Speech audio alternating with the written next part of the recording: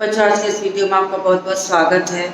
आज मैं आपको व्याकरण का तीसरा पाठ उपसर्ग और प्रत्यय पढ़ाने चल रही हूँ।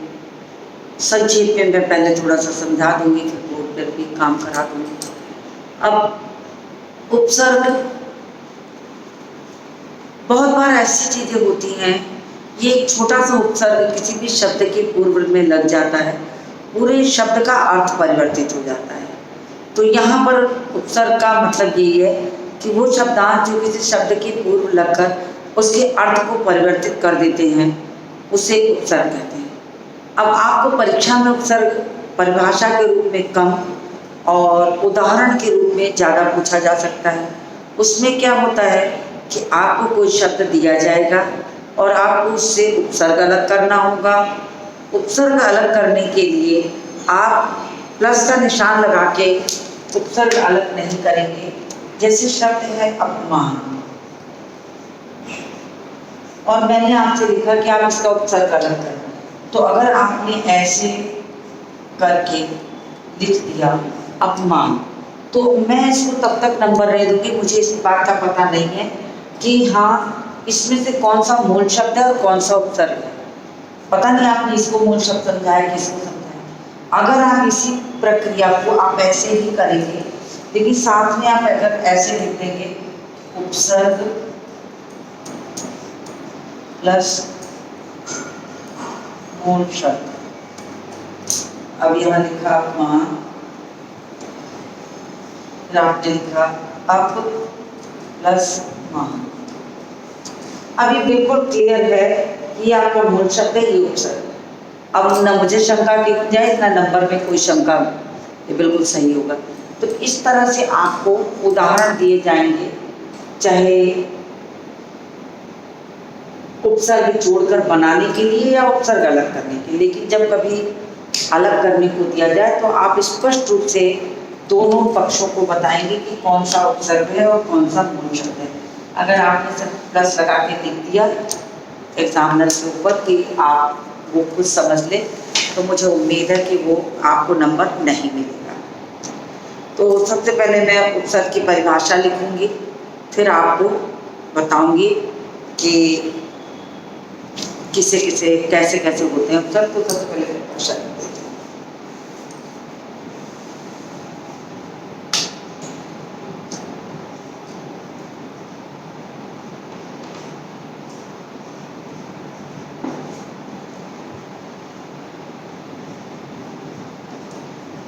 उपसर्ग की परिभाषा, उपसर्ग वे शब्दांश हैं जो किसी शब्द के पूर्व लग कर उसके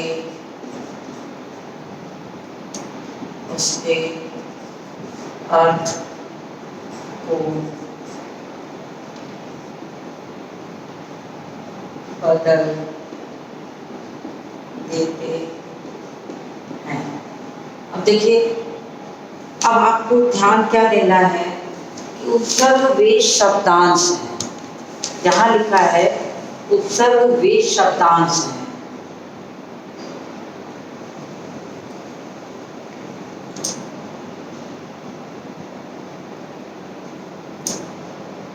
अब इसको लिखने में अगर आपने थोड़ी सी भूल की, उपसर्ग वे शब्द है, तो आपकी पूरी परिभाषा बिल्कुल बेकार हो जाएगी, लिखना ही बेकार हो जाएगा, क्योंकि शब्द है ही नहीं। उपसर्ग वास्तव में शब्द है नहीं, ये क्या है, शब्दांश है, शब्द का अंश। तो ये शब्दांश है, अगर उसमें शब्द लिख दिया तो आपकी गलती है, उसके अर्थ को बदल देते हैं। जैसे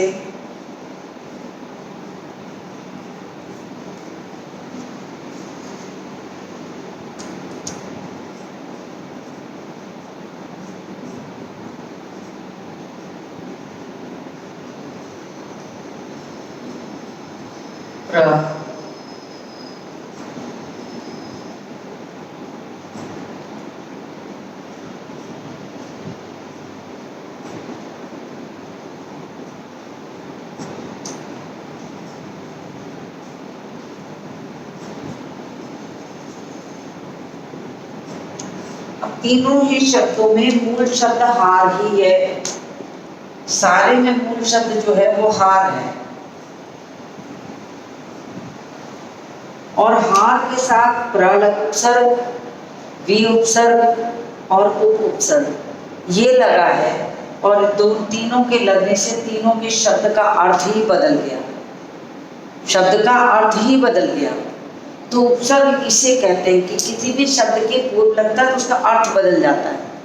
अब आपको जहाँ जो सब में मूल शब्द देखा, लेकिन उपसर्ग में अलग। यहाँ प्रहार का मतलब होता है मार करने से, चोट देना या मार करना, चोट देना। विहार मतलब भ्रमण करना, उपहार मतलब भेंट हो गया।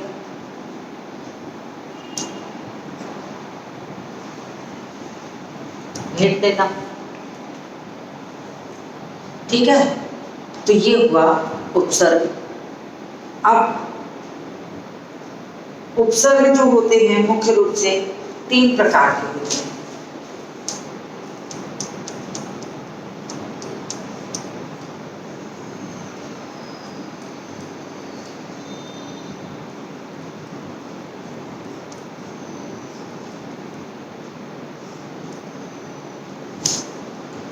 हिंदी के उपसर्ग,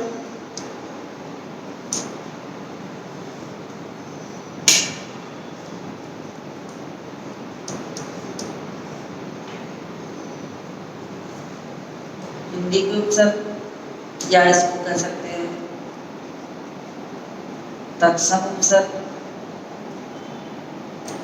संस्कृत का है।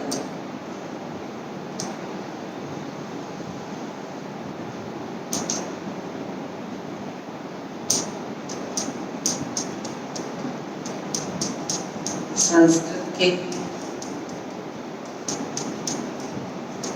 उपसर्ग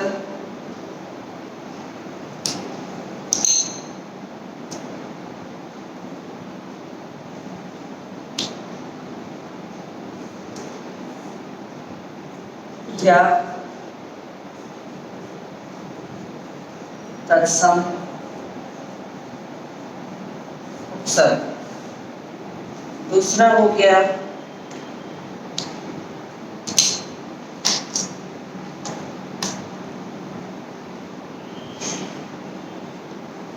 हिंदी के उपसर्ग या तद्भव उपसर्ग। तीसरा हो गया अन्य भाषा के उपसर्ग या विदेशी उपसर्ग। ये भेद हो गए। हालांकि हिंदी और संस्कृत के उपसर्ग जो होते हैं बिल्कुल समान ही दिखते हैं, बहुत अंतर नहीं होता इनके में। तो स्क्रीनशॉट ले लीजिए।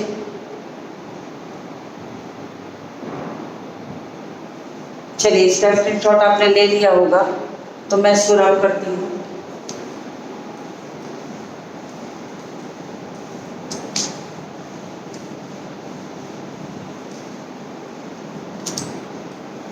अब मैं आपको सबसे पहले संस्कृत के परिभाषा लिखवा देती हूँ। पहला,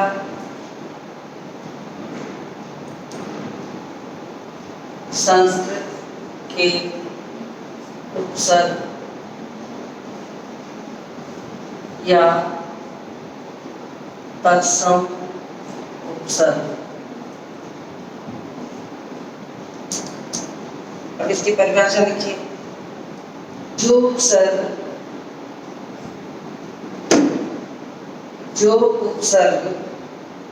संस्कृत भाषा से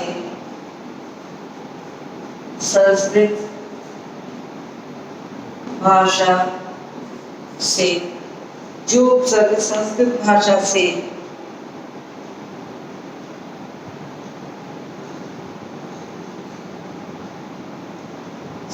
भाषा से निकलकर हिंदी के शब्दों में जुड़ कर उसके अर्थ को परिवर्तित कर देते हैं, उसे तत्सम उपसर्ग या संस्कृत के उपसर्ग कहते हैं। जैसे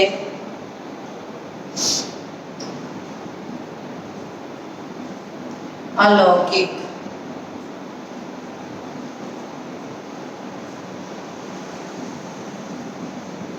विज्ञान,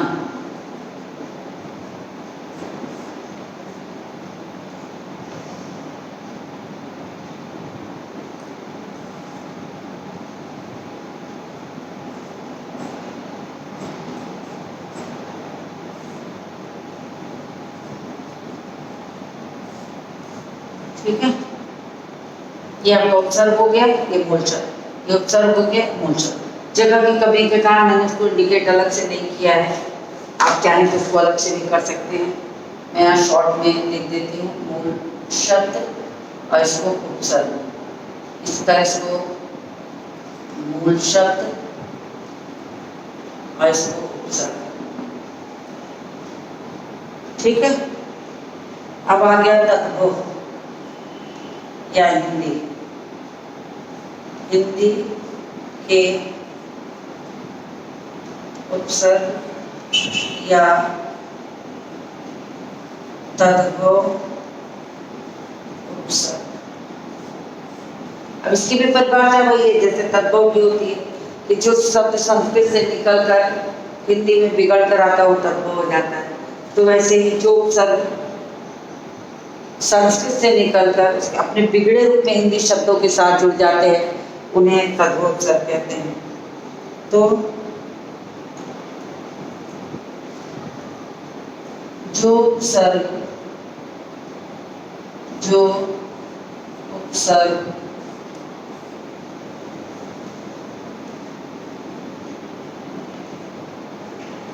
संस्कृत भाषा से निकल कर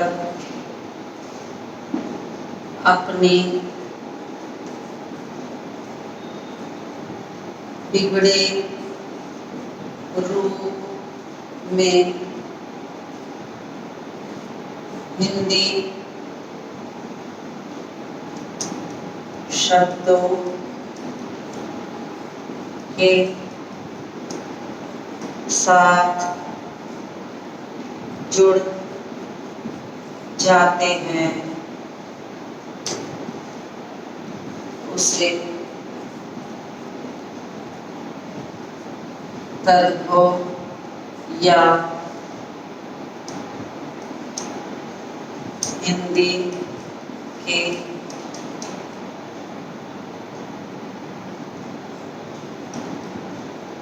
उपसर्ग कहते हैं। जैसे सपूत, जैसे सपूत,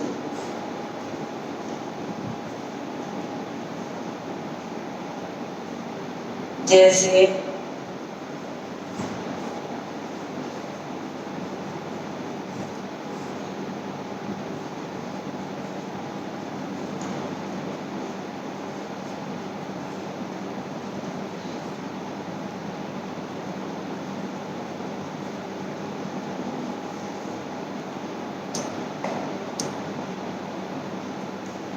चलिए स्क्रीनशॉट लीजिए इसका।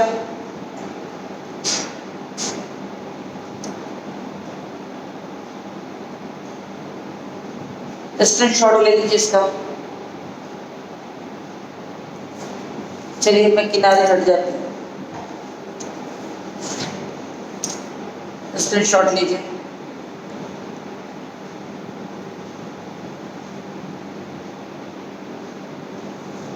तो मैं रब करूँ इसको।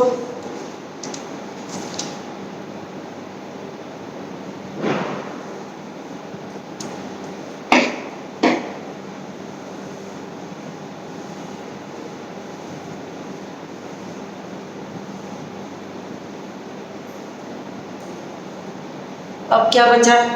विदेशी उपसर्ग। तो विदेशी उपसर्ग में जो अन्य भाषाओं से शब्द आते हैं, उपसर्ग आते हैं,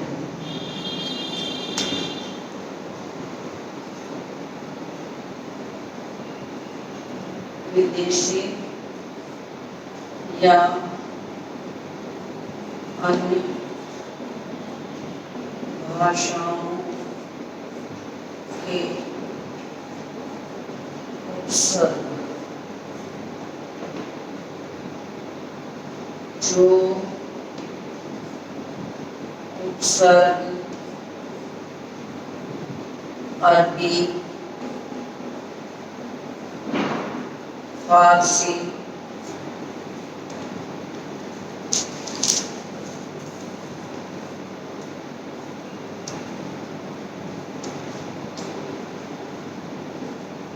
और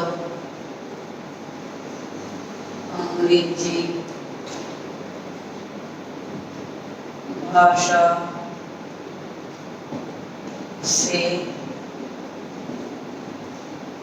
निकल कर हिंदी शब्दों में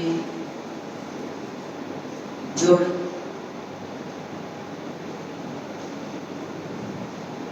जाते हैं, उन्हें विदेशी या अन्य भाषा के शब्द कहते हैं। ठीक है, जैसे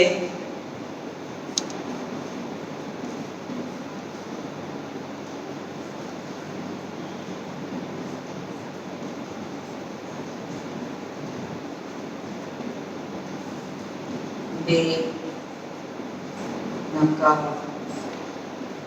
लाइलाज, बेवजह,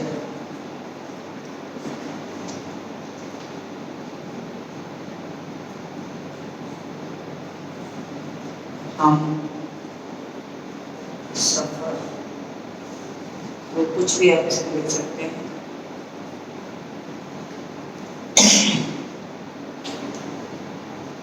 चलिए इसको स्क्रीनशॉट लीजिए, मैं रब करूँ तो फिर मैं आपको अन्य उदाहरण लिखवाऊँ।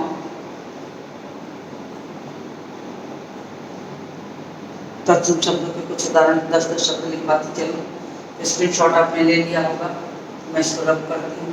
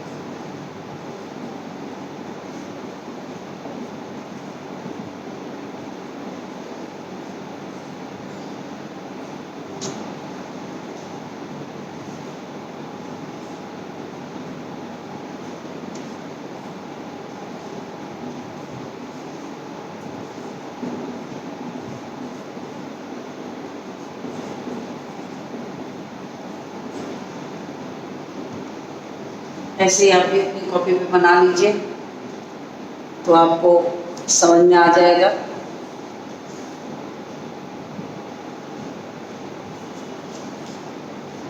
चलिए शुरू करिए।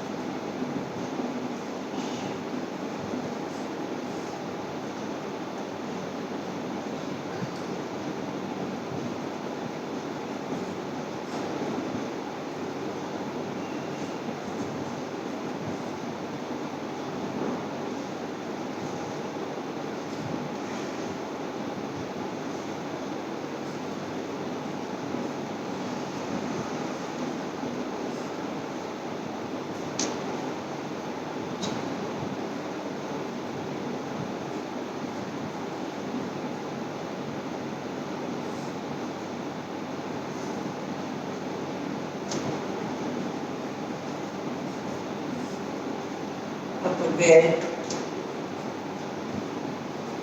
अपमान, अपहरण,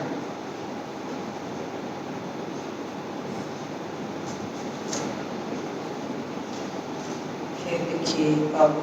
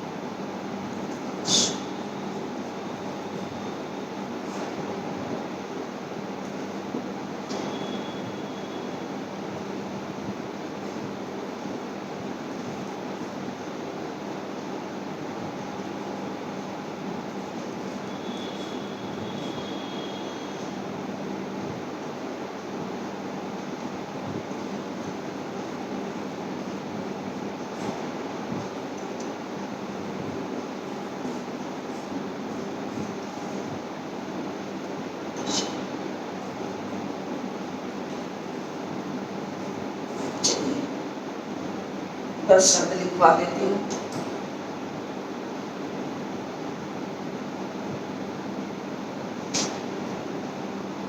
बस शब्द के बाद अलग एक करा देते हूँ।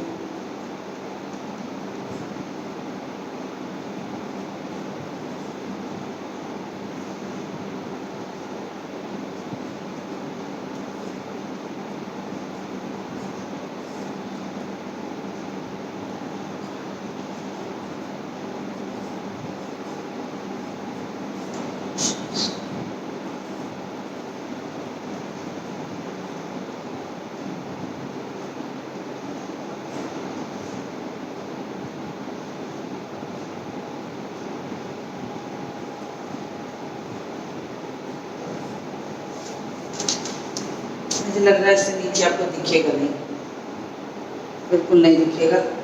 मैं इसको रब करती हूँ। चलिए देखिए, इतना 8 शब्द हो गए हैं। मैं किनारे हट रही हूँ, आप स्क्रीनशॉट लीजिए। 2 शब्द मैं ऊपर लिख दूंगी, तो आपने स्क्रीनशॉट ले लिया होगा।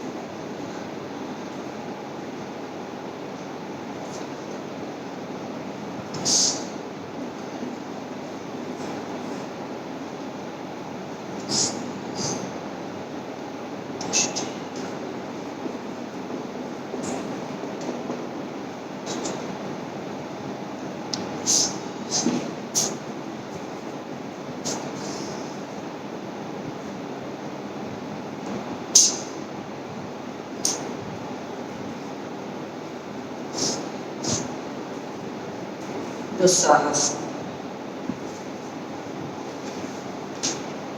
एक आध शब्द और लिख देती हूँ, तुरंत ही लिख देती हूँ। जितना भी मैं लिखूँ कमी रहेगा, आपको कुछ ना कुछ तो करना ही पड़ेगा बुक से। तो करिए, कुछ प्रत्येक कर लीजिए, प्रत्यक्ष कर लीजिए। कुछ शब्द लिखवा देने से पूरा नहीं हो जाएगा, आपको बुक का सहारा लेके पढ़ना ही पड़ेगा कुछ थोड़ा बहुत। और प्रतिदिन भी कर देते हैं, जो आसान है वो लिख देते हैं ताकि आपको आसानी से आ सके।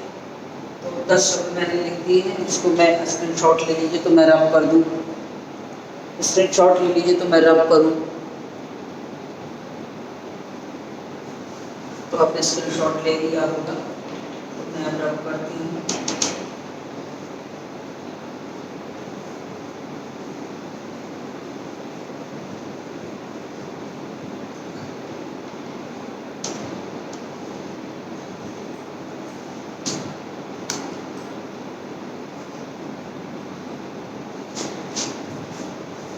मैं तत्पुरुष शब्दों को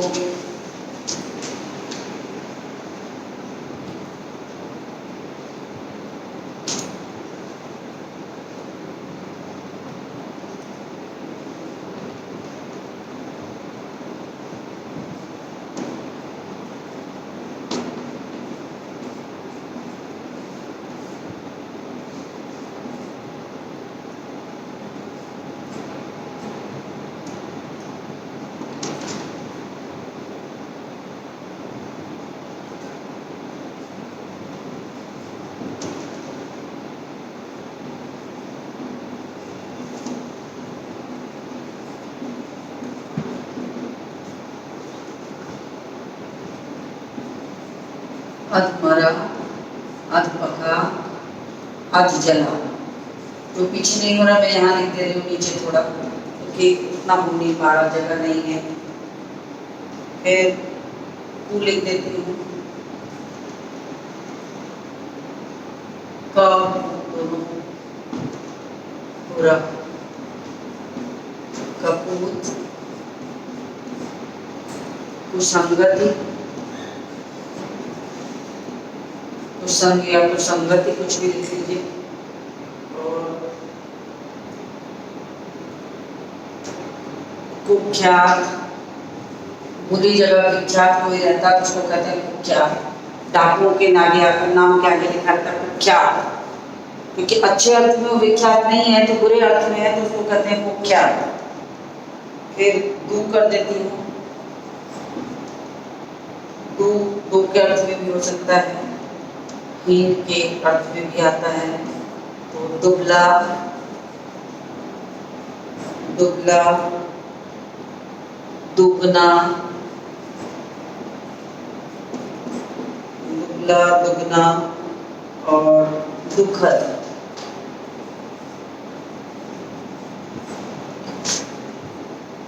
फिर बिन कर देते हैं, रहित। रहित का अर्थ है बिन देखा, बिन चाहा,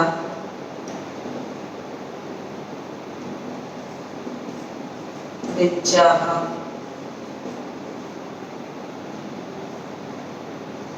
बिन जाना या बिन बोला, कुछ भी कर सकते हैं। बिन जाना,